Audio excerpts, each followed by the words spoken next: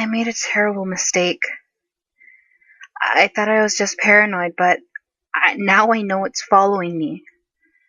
It's never gonna let me forget one stupid mistake. I'm not sure what it looks like. The only name I can call it is karma. I thought it would protect me, and I was wrong. Let me start from the beginning. There's rarely heard of ritual called the Judgment of Karma. For reasons you'll come to understand, I can't begin to describe the ritual in writing. It's far too dangerous. I was told of this ritual. The basic myth of it is, after you perform this simple ritual, karma will judge you. If it decides you're a truly good person, it shall make your life paradise. Otherwise, that's why I'm writing. It must have been a mistake. I'm a really good person. Or so I thought. But I thought this ritual simply didn't work, but it became apparent fast that I was cursed. As soon as I finished the ritual and fled home, I found my dog. He'd been sliced open and laid out in my bed. I prayed to God. I prayed to the gods I didn't even believe in, that it was the work of some regular human being.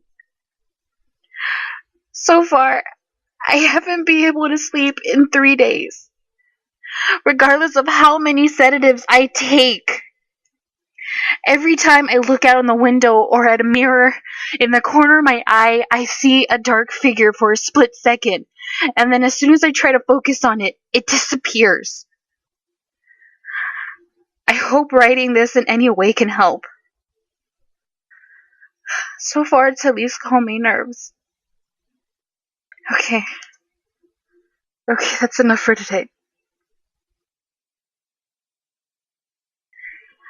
I can't go to sleep. When I sleep, it plans to kill me in ways so terrible I can't even describe it. I almost fell asleep last night. My eyes were shut for about 5 seconds. When I opened them, I saw it. Karma was right in front of my eyes.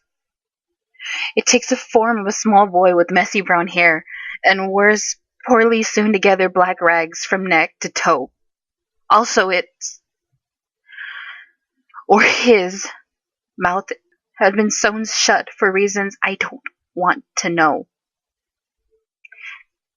And he had a look of shock and hatred in his tiny green eyes.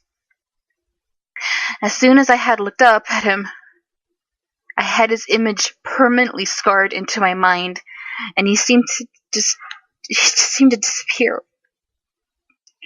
Frightened, I noticed a sharp pain up and down the skin of my entire body. I rushed to the mirror and found bleeding scratches that appeared to be from human fingernails all over my abdomen, back, and legs. It's been 5 days without sleep. I keep from falling asleep into the trap of sleep. I've been taking Adderall energy pills and getting lots of caffeine. I began to get tired, so I started the habit of making these small cuts on my arm with the blade from a box cutter. Each a centimeter from the previous one on my forearm. Each time I doze off. So far there are 8 cuts. I've been locked in my house ever since yesterday when I shopped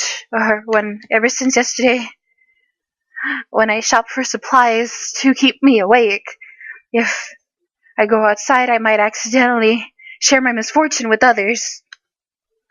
So, as far as the legend goes, anybody who concerns himself by learning what results of my endeavor will become judged by karma. That's why when I finish writing this, I plan to burn my house down along with my computer.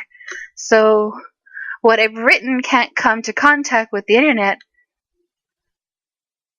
I heard someone at the door.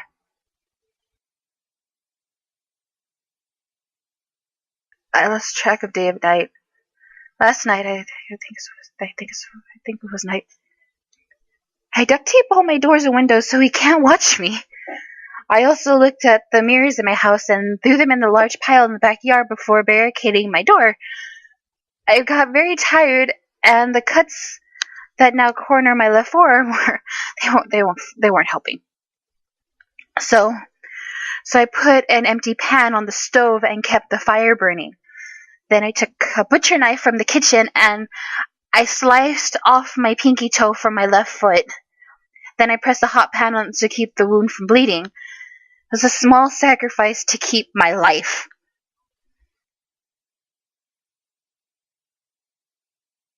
He spoke to me. He spoke to me. I can hear it whisper through the house. It speaks of life before and what it was, and it was tortured soul. And at a very young age, whoever was raising him began to torture him in awful ways. They would rip him in two, his mouth shut, or some Every time he would sleep, they would beat him, and in new and more painful ways. To this day, he seeks revenge on every person who deserves it. I don't know why he told me these things, but I actually felt bad for that thing. That may be his point. I've been awake for so long I can't remember. I've cut off all my toes and the last 3 fingers on my left hand. I've burned all the stubs and stopped bleeding. Of course.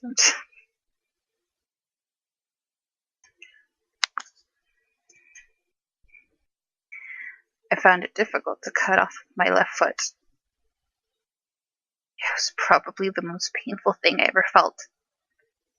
But at least I won't sleep. I'm shaking as I write this.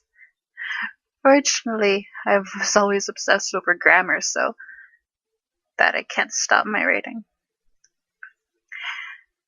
Recently, I noticed cuts along my lips that weren't there before. I think he did it when I wasn't paying attention.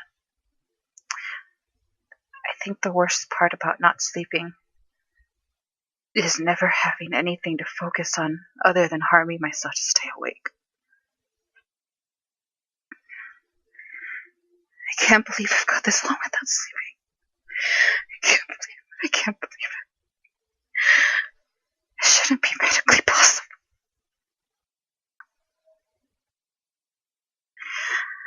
I can't stop seeing it everywhere I look.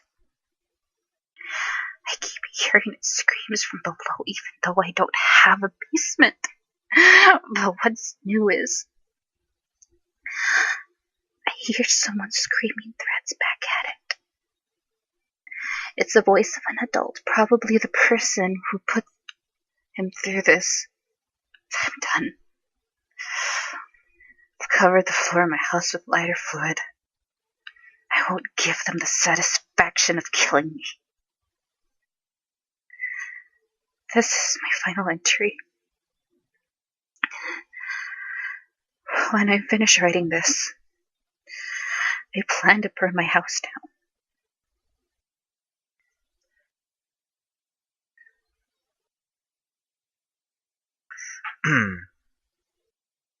Patient suffers from an advanced state of psychosis and the worst case of insomnia I've ever seen.